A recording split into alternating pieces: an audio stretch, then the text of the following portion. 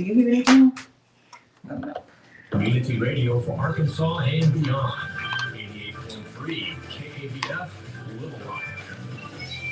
It's a good thing. Many folks are still expecting holiday packages, and the United States Postal Service is warning customers not to fall for smishing scams.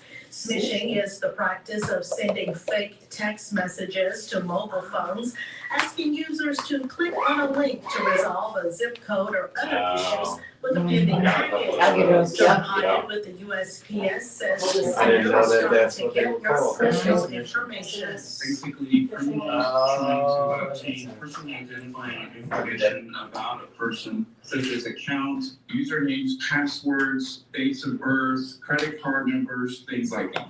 In 2020, the Internet Crime Complaint Center reported more than 240,000 victims of smishing, phishing, or other fraudulent schemes, costing over $54 million, with the average person losing about $800. Smishing texts can be relentless this time of year, but Hyatt said you should never follow the message prompts. When you get a suspicious text message, if you click on those links, it will take you to a website that could be downloading onto your phone. And once you submit that information, then they use it for nefarious purposes. Hyatt says you will only receive text messages from the USPS if you're registered for its services. You can sign up to receive text messages about a tracking number, or you can go into the tracking service and put the number in and then ask for text message updates or even an email update on USPS.com. He says the USPS Informed Delivery Program is being used by millions of Americans to receive legitimate messages about packages that are on the way. Go online to USPS.com and click on Informed Delivery for more information. I'm Frida Ross, Arkansas News Service. Find our trust indicators at publicnewsservice.org. So much of our lives are online today that it's hard to know if we're being scammed. Keep your online information secure with simple steps you can take today. To learn more, go to CISA at cisa.gov/secure our world.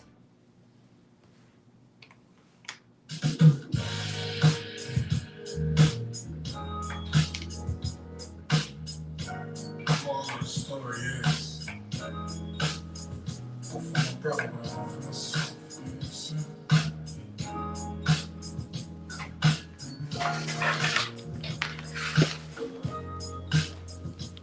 I want all my people around me. Everybody living good. Everybody eating good. Everybody should. I want all my people around me. Everybody eating good. Everybody living good.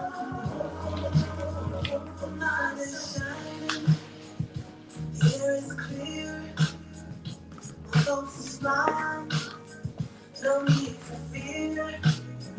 The kids are learning what they should learn. Finally, folks are earning what they should earn. I want all my people around me. Everybody living good. Everybody eating good. Everybody chilling. I want all my people around me. Everybody eating good.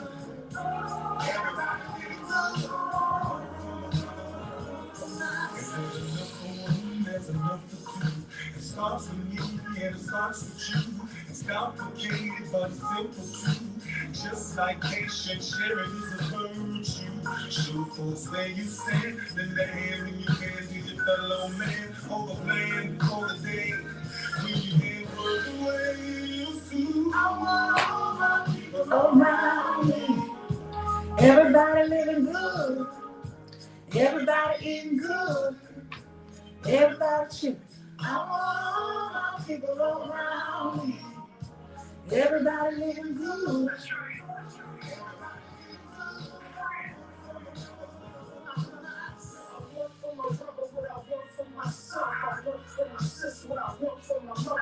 Undercover brother trying to get to the rough to the thug, like put my brother undercover. Now one of us gotta be around for the brother hurt. Turn my life around, I will spread love to others. I'm the one so many facts, was the one so many brothers. Please be mindful of some Judaism, brothers. All my people. All my people around me. All my people around me. Everybody living good. Everybody's eating good. I want all my people around me. Everybody living good. Everybody eating good. Everybody too. I want all my people around me.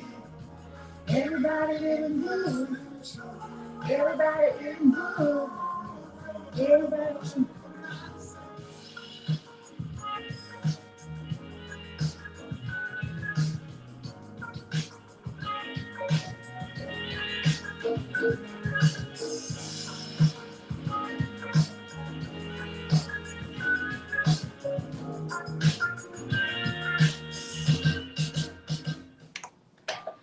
Yes, that's Kendrick, the family soul, bringing us in to Arkansas Talks this morning. Yes, Arkansas Talks right here at KABF 88.3 FM, where we are the voice of the people. Thank you so much for joining us this morning. I am your guest host, the Reverend Doctor. You can call me Denise. I wanted to make sure that I sat in for those of my colleagues on the radio station who are at home or wherever they are, enjoying their family on this Christmas day. And so I said I would be more than happy to come in and make sure that their show goes live and they are able to do the things that they want to do, to love on the people they want to love on, to eat all the food they want to eat, whatever they are doing. We want to make sure that we create space for them, and I'm holding space as they do that. So thank you for joining us. For those of you who listen to Arkansas Talks all the time, I just want to say thank you so much for your grace. A lot of times people have a guest and they say, I don't want to listen, we're Patty. So if you are tuning in and you realize it's not Patty, you are still tuned in. Thank you so much. And I do want to say thank you to Pat Rogers Ward for trusting me with her show. I know that it is not, to me, I feel like the pulpit, like this is a pulpit. And when I was a pulpit pastor, we were careful. I was very careful who I allowed in the pulpit. I got to make sure your theology is tight. I want to think about your personality, how you're going to engage with the people, like how you're going to treat the children. And so I really appreciate her having the trust in me to allow me to be here with you today on Arkansas Talks. Kendra, family soul, is bringing us in, saying that I want all my people around me. Everybody living good, everybody feeling good, everybody eating good, everybody chilling. We're going to be talking about that this morning. But first, I just want to let you know how grateful we are at KABF 88.3 FM, where we are the voice of the people. We take that seriously. We are the voice of the people. And the only way that we can be the voice of the people is to be in conversation with the people, to be in relationship with the people, to be interacting with the people. And one of the ways that we do that is through this radio show and also with your call-ins. The phone lines are absolutely open this morning at 501-433-0088. Phone lines are open at 501-433-0088. Every voice is welcome to call in to the show because we value all that you have to say. And that's one of the ways that you contribute to KABF 88.3 FM to keep us alive, by making sure that you are engaging with us as we engage with you. But there are other ways that you also contribute. You contribute by offering your financial resources, and you are pledge drive during our pledge drive and beyond. Many of you at any time of the year will send in your pledge. Some of you are sustaining members. You can go onto the website www.kabf.org and you can make. And has anybody heard what I said? Has anybody heard what I said? Oh my goodness. I don't know if you all have heard anything that I have said. I don't know if I need to start over. This is Denise, the Reverend Doctor. You can call me Denise. I hope that you have heard what I've said, but I'm going to repeat myself just in case because I had the wrong button pushed. Just want to say thank you so much to Pat Rogers Ward for trusting me with her with her show on this morning, it was important to me as a person who does not celebrate holidays to make sure that I was creating an opportunity for other people to not worry about their show, to make sure that they could just take that off of their minds, take that off of their to-do list, so they could focus on their families, they could focus on being with each other. They could focus on making sure that they had that time to just be loved, just to receive love, and just to love other folks. And so here I am standing in for her, and I'm so grateful for this opportunity. And then I also said that for those of you who watch the show on a regular basis, as soon as you realize that it's me and not Pat, if you stay tuned in, I just want to say thank you so much for your grace, because I know how that is to have an expectation and then it is dashed, and you're like, wait a minute, what is going on? And so I am here this morning on behalf of Pat, a KBF 88.3 FM, where we are the voice of the people. And the phone lines are open so that you can lend your voice to this conversation at 501-433-0088. 501-433-0088. Okay, Deidre said you can hear me. Okay. On the radio, Deidre, or you can hear me on Facebook? So I want to make sure you can hear me on the radio as well, in both places. And so Kendra, the family soul, is talking about how it is important for them. Kendra, the family soul, is a married duo who sings. They're from Philadelphia. And they're singing this song talking about the importance of paying attention to the needs of every single person that is in our midst. Making sure that we are not just thinking about ourselves, but we are also thinking about the community. And we're thinking about every single member of our community, because one line in the song says, if there's enough for one, there's enough for two. And so if we are thinking about making sure that I have what I need, if I can produce enough for me, surely, because I don't know about anybody else. Does anybody else have a problem cooking for one person? I have an extreme problem cooking for one person. I always have more than enough for someone else when I cook. And I'm sure it's probably like that for other people too. Now, some of you all might be more diligent in your cooking, and you might measure out your pasta and measure, like, I don't do that. So I usually have. And that's what he's saying. It is possible for us to live in a way. Okay, on Facebook. It is possible for us, thank you, Deidre. It is possible for us to live in a way that we are making sure that we are providing for others as we provide for ourselves. There's another thing that Kendra the Soul says in this song, another line that I want to lift up, where he says, I want for my brother what I want for myself. And I don't want us to get bogged down in pronouns right now. He's singing a song, he's choosing the words so that he can get it together. But the overarching message is, what I want for myself is what I want for other people. I don't want to be living a certain kind of life and then deny that same opportunity to somebody else. I want to make sure that all of us are able to live free. I want to make sure that all of us have access to what we need. I want to make sure that all of us can tap into the resources that can help us get to where we're trying to go. Whatever it is that I want for myself, that's what I want for everybody else. I don't want there to be any systems of exclusion where it's us against them and me against you and Christian against Buddhist. And I don't want to live like that. I want us all to be able to coexist together in a way that allows us to be liberated and still have boundaries, right? And then there's also something else that he says about over planning for the day when you can't work the way that you used to. And that sounds like he's talking just about employment, right? Like, make sure that you are not spending all the money that you make, right? Not spending all the money that you make, because you never know when you might need that quote unquote rainy day fund. You never know what might happen in your life that will put you in a situation where you've got to depend on what you've saved rather than depending on what you think you're going to bring in. And we can talk about that financially, but we can also talk about that socially, right? Like, we need to plan for the day when other people, like when we talk about the retirement fund, we got to plan for a day when we talk about Social Security. We're making sure that even in our golden years, even as we begin to have more, I say it like this, more days behind us than we do in front of us, we've got to be preparing for those days. Like, what does that look like?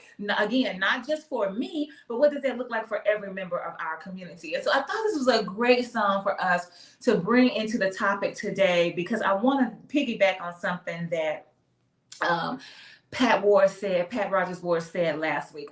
It just so happens that I was in studio with her last week as a guest co-host in her studio. And as we were leaving the studio, she said that it felt like a benediction, right? As for those of us who go to church or who have some history of church, at the end of the worship experience, whatever that looks like for you, whether it's a church or a synagogue, wherever, a mosque, whatever that looks like for you, at the end, sometimes the person who leads the worship, whether that's your priest, whether that's your pastor, whether that's your imam, whoever is leading, will stretch forth their hand and will pronounce a blessing on you as you walk out the door. Like, go forth in whatever way, let the face of whatever. So it's a blessing that's pronounced on you as you walk out the door. And that's what it sounded like to me when Pat Rogers Ward was ending her show on last week. It felt like a benediction. Hotel, I see you. I see you, Hotel. And she said that it is her hope and her prayer that on this day especially, but during this season as a whole, it's her hope and her prayer that somebody out there will experience the miracle of Christmas, the miracle of the Christmas season. Now, she wasn't talking about the miracle of Santa Claus. She wasn't talking about the miracle of a present. She wasn't talking about it in that regard. But she said it was her hope and her prayer that somebody would, whatever it is that you are waiting for, whatever it is that you stand in need of, whatever it is that you are positioning yourselves to receive, it is her hope and it is her prayer that you will get that miracle during this time. And she asked me basically she asked me to pronounce a benediction. Well, I wasn't ready to do that, but I did say this. I said, I just want us to be reminded that in order for somebody else to experience a miracle, we have to be that miracle. Right? And so for us, what bothers me a lot about people when they pray, I'll never forget, I was in this one church where the man prayed the same. He started, the introduction to his prayer was the same every time he opened his mouth. And he would talk about, he would send God to the hospital. God, go to the hospital and see about the sick folk. God, go to the courthouse and be a lawyer in the courtroom. God, go to the schoolhouse and be a teacher in the classroom. God, go to the wherever. He was sending his God to everybody so that God could show up and be present for them. And it didn't take long for me to realize that if I don't go, God ain't there. Because I am the one who I am the embodiment of that divine spirit. I am the embodiment of that grace. I am the embodiment of that healing. I am the embodiment of that salvation. So it's my job to go to the hospital. It's my job to be in the courtroom. It's my job to be in the classroom. Like, that is why we have all of the talents that we have, so that we are gifted in grace to operate in our own lanes, and together, like Kendra, the Family Soul says, and so together everybody can be eating good, everybody can be living good, everybody chilling. And so we have to do that. And so I wanted to remind us that in order for people to get the miracle that they need, we have to embody those needs. We have to embody those resources. And that was important. That's important for us to think about, because we can't keep what do you call it? We can't keep outsourcing. We can't keep outsourcing our faith. Like, God, you go do. I'm going to go over here and go to bed and take a nap while you go over there and do that. We have to begin to do these things ourselves. And so I was thinking about that as I was reading about President Biden. So on the 23rd, so today's the 25th and it's Wednesday. So Monday the 23rd, President Joe Biden decided that he would commute 37 of the 40 sentences for those who were in federal prison. And he did that for whatever reason. It's very interesting, right? Because when we talk about politicians, and I think this is why many of us have a problem with politicians, because Joe Biden, when he was a senator, he was a proponent of the death penalty. He was writing legislation to support the death penalty. He was arguing in favor of it. He was advocating for it. He was a staunch supporter of it. And here now that he's president, he's had a change of mind, a change of heart, a change of political strategy, whatever you want to call it. And that is what enabled him to commute these sentences because he felt that it was important to do so. And so this kind of switching up that politicians do on a regular basis is interesting for us to follow. It's also important for us to grant people grace, right? Because it's good that people can evolve. It is good that you can see the error of your ways. It's good that you can look back at your own record and say, oh my goodness, when I did this, I don't know what I was thinking. I was in a different mindset. I had not had the relationships, the experiences that I needed. I was green. I was wet behind the ears, whatever it is that you want to say. But now I can say that I'm no longer in that space. I've grown. I have developed in ways that make me better and make me of better service to the people that I represent. And so it's interesting. So I thought that was great. And so thinking about what Pat Rogers Ward said, I'm like, isn't that a miracle for somebody, right? And the miracle showed up in the body of Joe Biden. Because God could not God could not send the message. God couldn't have written it on the paper. God could not have signed the paper and said, okay, commute these sentences. It couldn't have happened that way. There had to be a person who embodies the spirit of doing right by folks, who embodies the spirit of wanting to create a community where we are more just with each other, where we are more equitable in the way that we legislate. It had to be a person who shows up as that miracle. I can only try to imagine what that felt like, what that feels like for the families of those 37 people, that they have probably been waiting. Because when you go on death row, you stay on death row. I mean, I know people that have stayed on death row for 20, 30 years.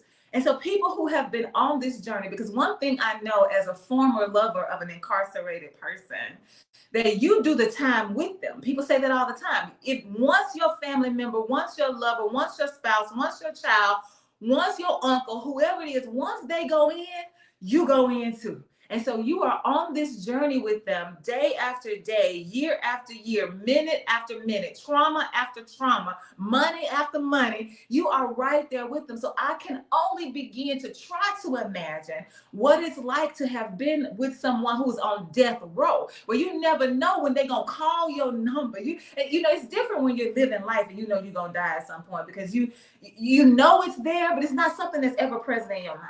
But when you're on death row, like this is ever present on my mind. It can be any day now that I get a message from my lawyer. It can be any day now that somebody calls on the phone. It could be any day now. And so sitting in that kind of suspense every single day after day, month after month, year after year, that has to be awful. And then to get the message, and then to receive the information that says, we bringing you off death row. Right? Like, what joy. You didn't think it could happen. You didn't think it would happen. You didn't think you would live long enough for it to happen. The other person on the outside didn't think they would live long enough to see it happen. But yet, here it is. That absolutely has to be a miracle for these 37 families. What's interesting, though, is even though that's a miracle and that's something for us to celebrate, it's not like they were released. Right? It's not like they were released. They're just not on death row. They are still incarcerated and they still have life sentences. So according to the paperwork right now, they're never going to get out. So they'll never be free on the outside. Their minds can be free on the inside, but their bodies will never be free on the outside unless something else changes. Right now, they won't be. And so it's a miracle, absolutely, that you came off death row, but you still locked up. And so the fact that they are still locked up is what continues to mesmerize me when I think about Donald Trump's response to Joe Biden's actions. So Donald Trump found out that Joe Biden commuted 37 of these 40 federal sentences and got upset. What? Donald Trump was, going off like, see, that's what's wrong with these Democrats. Let me tell you what I'm going to do. And so Donald Trump wants us to know what he is going to do about law and order, as he calls it. He wants to make sure that we understand his position as it relates to the death penalty. And this is what he says. As soon as I am inaugurated, and y'all, I don't know how I feel about this either. Let me just segue for just a moment. So the inauguration happens annually. When I say annually, whenever there's a presidential election, the following year, the beginning of the following year, the inauguration is set. It's a set date and time. It's no finagling the calendar. It's just the way it is. It's just the process, and it is what it is. But this particular January, when it's time for President-elect Donald Trump to be inaugurated, that means to be officially received into this office of president. It's going to be the same day as Dr. Martin Luther King Jr.'s birthday, right? And so sitting with that, I haven't landed anywhere. I haven't come to any conclusions. I haven't deduced anything. I haven't declared anything, but I'm sitting with that, and it makes me feel some kind of way. Again, there wasn't any finagling, so nobody did this on purpose. Nobody's trying to send any kind of message intentionally. That's not what happened, and I'm not suggesting that it did. It's just interesting how it fell. In light of who Donald Trump represents, who he represents as the system of whiteness, what he represents as the system of white inhumanity, what he embodies as the racist ideology of those people who believe that they are superior and other people are inferior, for all of that to be happening on the day that we are honoring and celebrating and embracing the face of the civil rights movement, because the civil rights movement isn't about Dr. Martin Luther King Jr. Yes, he is the face. Yes, he was the voice, but there were all kinds of people at work in this movement that he was representing. And so for who Donald Trump is to be happening at the moment that we are also celebrating all of what Dr. King represented, it's just more than a notion. It's just a lot to consider. And that is what I want. I want you to sit with it. What comes up for you in that? What does that make you think about? How does that make you feel? Have you even paused? Have you even made the connection? Are you even connecting the dots? What is that like in your body? I'm interested if anybody has a response to that. Again, the phone lines are open at 501-433-0088. Phone lines are open. And so let me go back to what Donald Trump says in response to Joe Biden commuting. Now remember, President Joe Biden did not release the people. The people are not living amongst us in our communities. For those of you who are scared of incarcerated folks, you should be scared of people in your family. But anyway, you're scared of incarcerated folks. They have not been released. They are not walking around in the grocery store with you. They are still incarcerated, and they are incarcerated for life. He simply took them off death row. He simply said, I am not going to allow the state to sanction the death of a human, especially as a message to say killing is wrong. So I want you to know that killing is wrong, so I'm going to kill you. See, it doesn't even make any sense. So I want you to know that, that murder is against our moral fiber. And because it is against our own convictions, I'm going to murder you to prove it. It's ridiculous. And so he simply says, I am not going to allow the state to sanction the murder of a human, regardless of what they have done. Now, am I trying to excuse what they've done? No. Am I trying to make light of what they've done? No. Am I trying to be inconsiderate of the family members of their victims? No, absolutely not. But I'm also making room for the fact that we live in a country, we live in a world, but particularly this country, where you kill people without cause. You kill people without evidence. You kill people without trial. You kill people when you have falsified the record. You kill people at whim. And so for you to decide that you're going to use a state-sanctioned process to kill them and then legitimize it, no, you got too much blood on your hands to be determining whether somebody else lives or dies. And so we got to make space for all of that. So I'm saying restorative justice is what we need to be thinking about. How do I hold you accountable for what you have done? The harm that you have caused, the trauma that you have created, the havoc that you have wreaked, not just in your family, but in the family of the people that you caused this to. How do we acknowledge that, hold you accountable for that, and still recognize your humanity? Because it is possible to do that. Because regardless of what we've done, we're still human. You can't stop me from being human.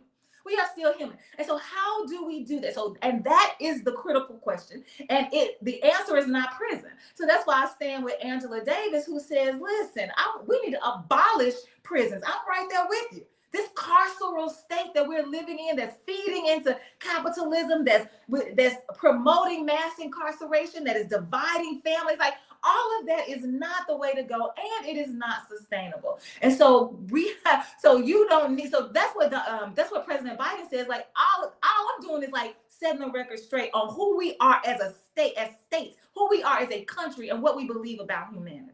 That's what he says. So here's Donald Trump's response, President-elect. As soon as I am inaugurated, I will direct the Justice Department to vigorously pursue the death penalty to protect American families and children from violent rapists, murderers, monsters. We will be a nation of law and order. Listen to his words again.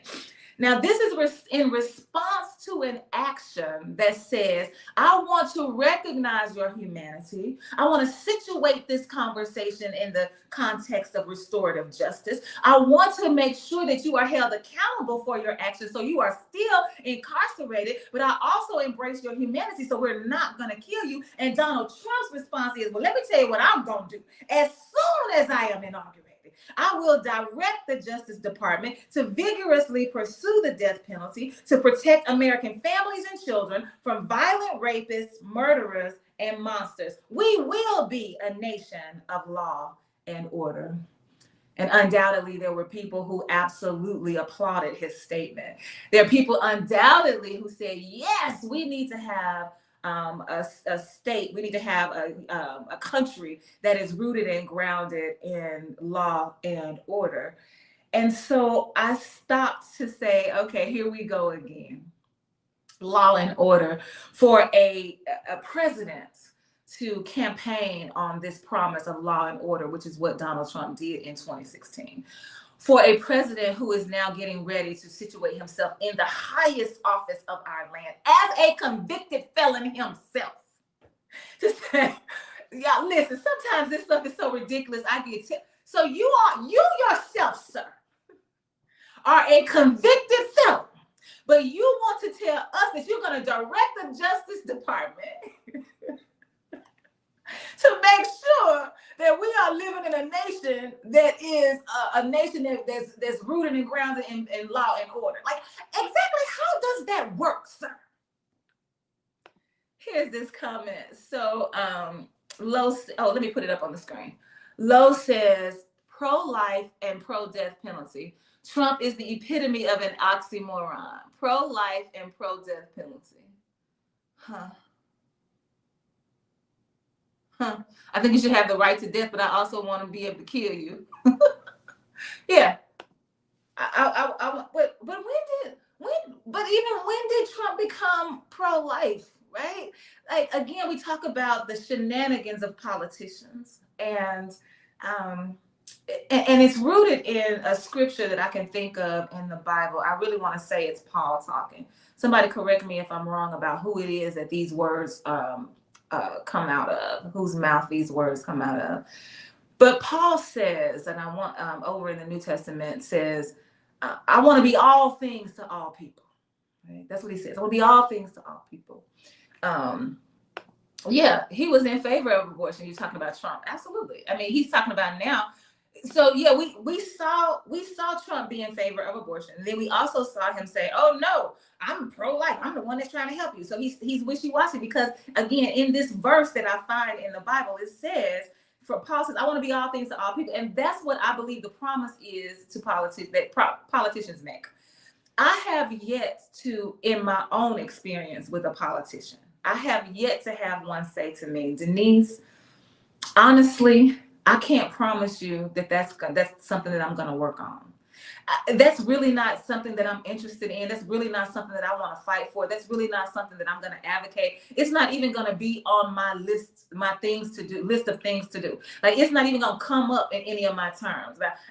And actually, I'm not even interested in the conversation right now. But like, if you want to circle back in 4 years when it's time for me to get elected again and see where I am, like, I've never had that conversation with politicians. Right? Well, every politician, the conversations that I have it's like they're positioning themselves. Their posture is, I'm listening to you. I want to hear you. I want to receive all that you are saying, and I want to give you enough to make you feel like I'm right there with you. They might not necessarily say it so that they can have an out, right? They may not necessarily say the words verbatim that I will support you, because they don't want to get called on the carpet.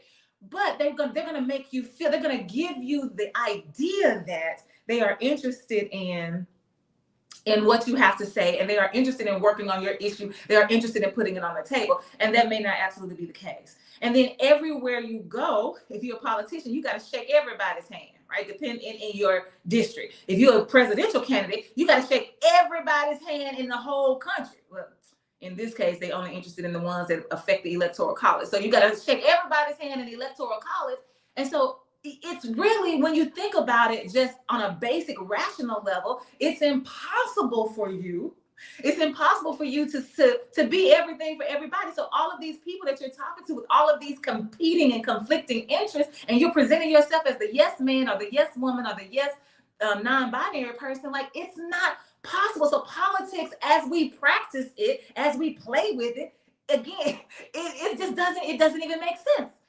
And so so for Donald Trump to declare that we are going to be a country that is rooted in law and order, and he says this as a convicted felon who has not been held accountable for his actions, for him to say, I want to protect the families. Well, okay, if you want to protect the families from monsters, well, who's protecting women from you? It's monstrous for you to put your hands on somebody without consent. It's monstrous for you to sexually assault another body. It is monstrous for you to think that you have the power to declare yourself worthy enough to decide what somebody else ought to do for you in a physical, sexual way. Like, that's a monstrous act. So if you say that you want to protect us from monsters, why don't you protect us from you? Instead of doing that, you run for office. And then shame on us because we elected him in. Right? And so he says this. Now, in this system of law and order, one of the things that history shows us is this law and order statement, this phrase, is a dog whistle. It is signaling to the people who support white inhumanity, who support the system of whiteness. It is signaling to them that we are going to continue to create a justice system, a carceral state. We are going to continue to create, the hypocrisy of it all. I see you, love. We're going to continue to create disparities in our communities all across our land. Because the history shows us that when you live in a law and order system, you continue to perpetuate violence against Black bodies in particular, but also against non-white bodies, and also against poor folks, regardless of your race. We can see all across history how more Black folks are going to end up in prison talking about it's law and order. And when you think about the rise of this statement in our most modern past, our most recent past, when you think about it, it happened, this law and order statement rose up in the 60s. What was happening in the 60s? In the 60s, Black folks fighting for their humanity. Now, people say, they fighting for the right to vote. They fighting to eat at a counter. They fighting to go to school. No. Fighting for our humanity. Right? Because it's only human for me to be able to eat wherever I want to eat, right? It's my right to be able to eat. It's my right to be able to vote. It's my right to be able to walk on whatever side of the street I want to walk on. It's my right to be able to hold my head up and look you in the eye. It's my right to be able to protect myself and my family. It's my right to not have to call you Mr. or Sir or Master, whatever it is you want. It's my right to be free. It's my right to be independent. It's my right to be who I am. It is my right to be divine. I'm fighting for humanity. And in the midst of me fighting for humanity, you say, oh, no. We got to create this law and order because we need to make sure that we find a way to silence these voices. We find a way to keep them from raising up. We find a way to keep them inferior. We find a way to keep ourselves dominant and empowered. This is what we mean by law and order. And it started in our most recent past, it started in the 60s. And you had presidents Richard Nixon, Ronald Reagan. You had them using this same language. And then they would use this language, and then if somebody who had been incarcerated was released and they committed another crime, they would double down on that story in order to scare the folks away from the law and order idea, in order to scare people toward the law and order idea. Because if you don't keep people in prison, then your streets will not be safe. But what's interesting is that when the rise of this law and order campaign for us in our country from the 60s to the 80s, what's interesting is that the statistics showed that there was like this 50-year span where crime was at a low.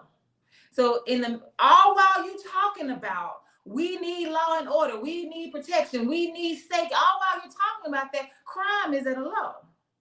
So again, we have to recognize that this is a dog whistle. Dog whistle meaning what? This is something that I say to trigger something on the inside of you that is at the base of your implicit bias. It's something I'm triggering within you that is rooted in your stereotypes, in your prejudices, in your racism, in your sexism, in your classism, in all of those isms. I'm triggering. What do we call it now? The word now is gaslight. I'm triggering you on purpose so that I can get you to operate based on your emotions without thinking about what you are doing, so that I can use you at my will. And I want to use you to keep these cogs turning, these cogs of inhumanity, the system of inhumanity. I need to keep the wheels turning, because for me, that's money. Because by now, we should be having real conversations about why we are at war all the time. It's not about protecting the American people. It's not about making sure we are the home of the brave and the home of the free. And how it go, I don't even sing the song. I don't even know how it go. Land of the free. Land of the free. It's not because we're trying to be the land of the free and the home of the brave. It's because it's money. It's money in war. It's money in death. It's money in killing on the war field, on the battlefield, and in the prisons. Because once they decide, okay, we're gonna campaign on this law and order platform, what did the conservative folks do in their states? They started building prisons. That's what they did. Oh, okay, we're gonna do law and order. Come on, we need more beds. Here is Cornelius. How can Trump say anything about law and order when the Trump Foundation, Trump University, and his Trump businesses were all found to be fraudulent enterprises? Come on, ask the question again, Cornelius. How can Trump say anything about law and order when his Trump Foundation, Trump University, and his Trump businesses were all found to be fraudulent enterprises?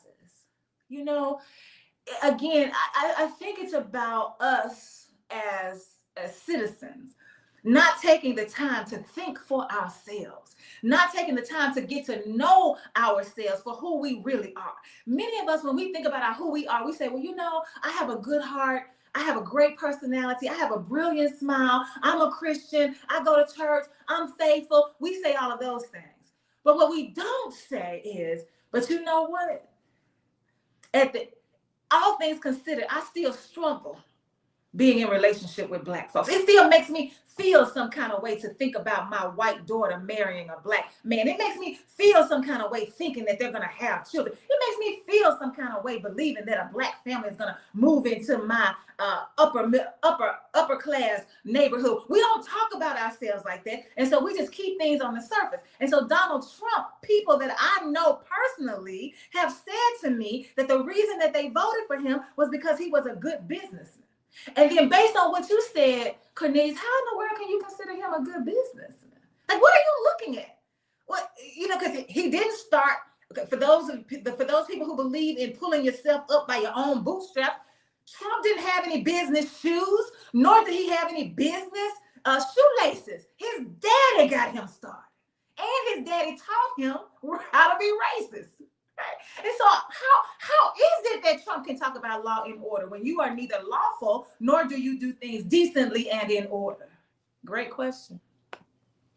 Lowe says the 13th Amendment, Section 1, neither slavery nor involuntary servitude include, except as a punishment for crime whereof the party shall have been duly convicted, shall exist within the United States or any place subject to their jurisdiction. Slavery still exists legally. Yeah, because it says as long as they abolish slavery unless you are a criminal.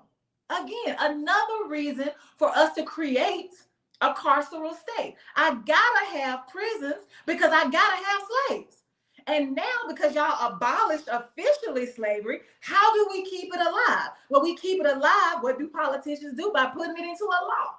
And the law says, as long as I can call you a criminal, I can enslave you. How many people who are incarcerated right now are working in fields, who are picking cotton, picking fruit, making furniture, taking tags out of lingerie for Victoria's Secret? All of this stuff all of this free labor is being offered at the hands of people who are incarcerated because we got to have prisoners so that we can have slaves. And so I remember Joyce Elliott. Oh, I need to check on Joyce. Senator Joyce Elliott fought, and she wasn't alone, and I'm calling her name, but there are plenty of people who also fought for us to get rid of that clause that says that you can, unless you are considered they fought and they lost. And they continue to lose because as Democrats in this state of Arkansas, we have a super majority. So the Democrats are always outnumbered. And so because they are always outnumbered and always outgunned in our legislature, unless they get some Republicans on board, we're going to continue to lose because these Republicans support law and order, which means they support the dog whistle of whiteness. They support they listen for it. They are waiting to hear it. They are on call, ready to receive it. They are ready to march at the sound of it. That's what happened on January 6th. The dog whistle went out when Trump lost, and they got ready. They got information, and they came for the Capitol to let you know we heard the sound. We heard the battle cry, and here we are ready to fight for our system of inhumanity. And Donald Trump has said, look, I'm going to make sure that we keep this system in place. Y'all, let me tell you what I'm going to do as soon as. And so they're both sides of the argument, right? And so I want to bring in all the voices.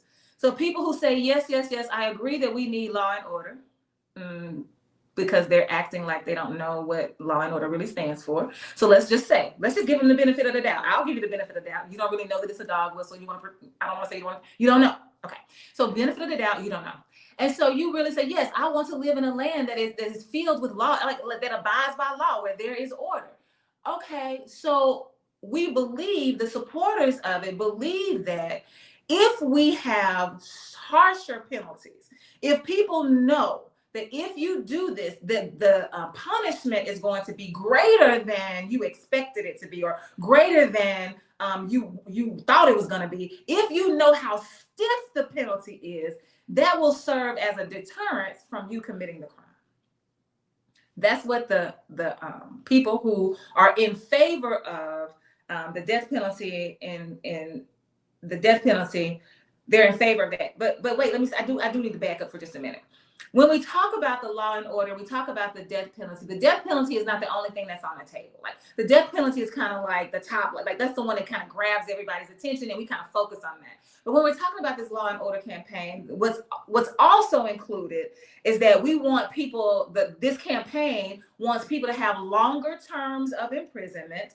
The campaign says there should be mandatory sentencing, meaning that the judge is not able to use his, her, or their discretion in the matter when they are adjudicating a case. They have to, if this is your crime, I have to give you life. If this is your crime, like I cannot use any of the mitigating circumstances to make a judicial decision as the expert that I am in the courtroom. I don't even have that ability anymore. My rights as a judge have been stripped from me by mandatory sentencing. They also include the 3 strikes law, and y'all can thank Bill Clinton for that, whose bill was also co-authored by Joe Biden, who just commuted these sentences. I'm not making this stuff up. And then there's also capital punishment. So when we're talking about, in this case, I want to just kind of broaden the conversation. I'm not just talking about the death penalty. So people who are supporting this law and order campaign, they are supporting the death penalty. They are also supporting the longer prison terms. They are also supporting the mandatory sentences and the 3 strikes. They're supporting all of that. It's like a package deal. And so they're supporting all of that because they believe if you realize what your punishment is going to be, then you're not going to commit this crime. That's what they say. Now, the people who oppose this ideology of law and order, what they say is actually what's going to happen is that you're going to self-perpetuate crime. Right? Because the way that the laws are, let's think about it for a moment. For a person who is incarcerated and they get released, okay, when they get released, many times they still on probation. So if you get released, you're still on probation, which means you still belong to the state. You still belong to them because they can come at any moment and take you back. But you cannot vote. You cannot live in public housing. And you cannot live with somebody else who has public housing, right? You can't get a job because nobody's going to hire you because you have a record. I don't want to say nobody's going to hire you. I'm talking about the way it is on paper. I know that people are working to get rid to ban the box and all of those things. I'm not talking about that right now. That is part of the conversation, but I'm not talking about that right now. I'm talking about on paper. These are all the things that you cannot do. And so if you release somebody and you say to them, you have no place to stay, you have no food to eat, you have no job to get, what they supposed to do? Especially when on the inside, let's think about I hate saying the word master. Let's think about Tony Davis for a moment. I go to prison, I learn chess. I go to prison, I got cable. I go to prison, I got 3 meals a day. I got, what they call it? 3 hots and a cot. I got 3 meals a day. I got a place to lay my head. So in prison, I can eat. In prison, I got a place to sleep. In prison, I got cable. I got access to cable TV. I got all of that in prison. But as a free person, I'm denied all of these things. So the only thing that the person has left to do is go back to prison. Like, so the people who are opponents say, like, you're making people commit crime on purpose. That's what you're doing. They also feel like when you campaign on this platform and you use this dog whistle, you are erasing the fact that we have evidence of this discrepancies in our criminal injustice system. Like we can let the record show. And the best place I think that I could point you to seeing the injustice of the criminal injustice system is the Equal Justice Initiative that is led by attorney Brian Stevenson. He does a great job of keeping in front of our faces the harm and the trauma of the criminal injustice system. And the statistics are there, the evidence is there. He's always giving us article after article after article. He's always talking about how they're fighting to free somebody or what happened. Like, I would point you to that as a resource because because when this system, this campaign does not take into consideration the fact of, not the alleged fact. This is not alleged discrepancies. It's fact. It's evidentiary. We have the numbers to show. It also, the people who oppose this also remind us that this law and order campaign does not take into consideration the fact that we have done nothing to address the underlying systemic causes for why crime happens in our midst in the first place. You see people usually say live in a neighborhood, that's a bad neighborhood, it's not safe. If you look closely, it's probably also a food desert. If you look closely, it probably doesn't have any thriving businesses. So you're putting people, you're collecting people because you've segregated the neighborhoods. So you've put certain people in a certain place at a certain time with the same certain experience. You've put them together, and then you have strategized. You have designed, you've engineered their lack. And then you sit back and watch them try to figure out how to navigate the lack. And then you dare them to do something illegitimate in their pursuit of navigating their lack that you created. So it doesn't take into consideration those things. And then the people who oppose this also say it also furthers the militarization of police.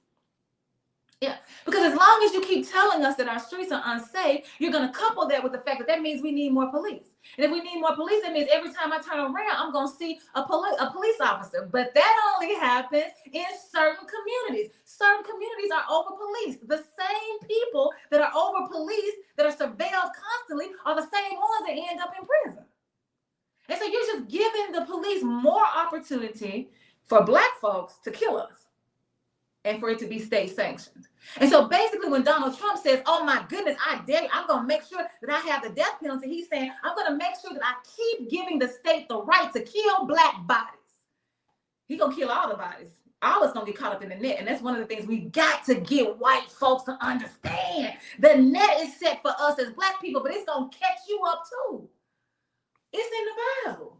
What's the story? The story about Peter and the disciples went out to fish. And they fished all night long.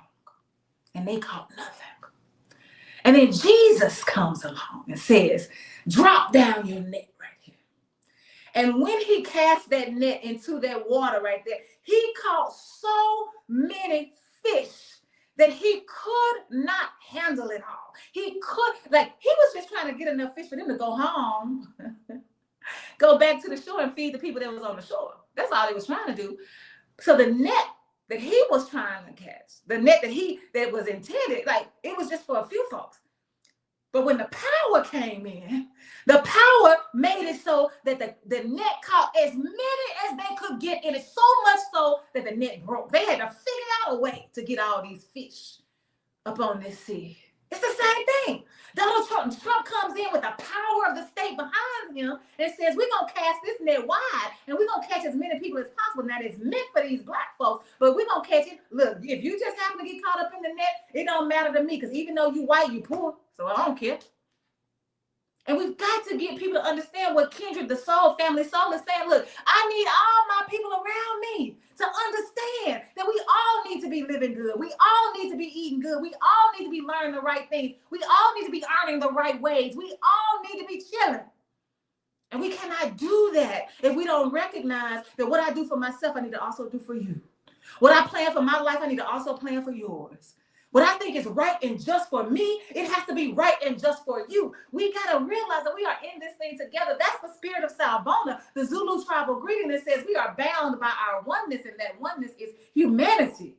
The oneness is not our race. The oneness is not our religion. The oneness is not our sexuality. The oneness is not our gender. The oneness is our humanity. And so those who oppose this say, y'all, listen, y'all want the death penalty on its face, but on its face, it's different for how it is instituted. That's different from the impact. That's different from its reality.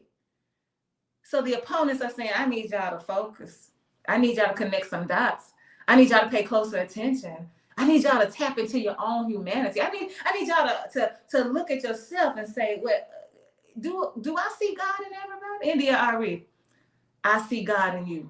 Can you look in the face of every single person you interact with, whether they are unsheltered, whether they smell, whether they suffer from some kind of undiagnosed or untreated mental dis-ease, whether they are white or Black, whether they are a person of trans experience or gay, whether they are poor. Did I say that? Like, can you look at each one of those people in the eye, and whether they have a wheelchair or a rocker or whatever, and say, I see God in you?